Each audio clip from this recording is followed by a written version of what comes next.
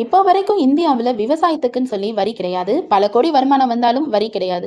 இதன் மூலமா வரி விலக்குகளையும் பெற முடியும் என்ற நிலை இருந்துச்சு. ஆனா, இந்த புதிய வருமான வரி சட்டத்துல விவசாயத் துறையில் பல பிரிவுகளுக்கு வருமான வரிய அறிமுகம் செய்திருக்காங்க. அது என்னன்றது தாங்க நான் இந்த வீடியோல ஷேர் பண்ணியிருக்கேன்.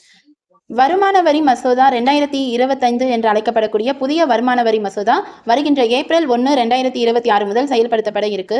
நேற்று இதற்கான மசோதாவை நாடாளுமன்றத்துல தாக்கல் செஞ்சிருக்காங்க. அதன்படி விவசாயத் துறையில வந்துட்டு பல பிரிவுகளுக்கு வரி விதிச்சிருக்காங்க. நிலத்துல நீங்க சாகுபடி செய்தீங்க அப்படின்னா அதற்கு வரி விலக்கு இருந்துச்சு. ஆனா இனி விவசாய நடவடிக்கைகளை சரிபார்க்க கடுமையான ஆவணங்கள் தேவைன்னு சொல்லியிருக்காங்க. இப்ப நீங்க ஒரு விவசாயம் தான் செய்றீங்க அப்படின்னா நீங்க வச்சிருக்கிறது விவசாய நிலம்தான்றதை உறுதிப்படுத்துறதுக்கு கடுமையான ஆவண சரிபார்ப்பு செய்யப்படும்னு சொல்லியிருக்காங்க. அதே போல மதிப்பு கூட்டு முறையில் ஒரு பொருளை விற்று அதன் மூலமா வருவாய் ஈட்டுறீங்க அப்படின்னா அதற்கும் வரி இருக்கு என சொல்லியிருக்காங்க. நகர்ப்புறங்கள்ல விவசாய நிலங்களை குத்தகைக்கு எடுப்பதன் மூலம் கிடைக்கக்கூடிய வருமானமும் இனி வரி விதிப்புக்கு உட்பட்டது என சொல்லியிருக்கிறாங்க.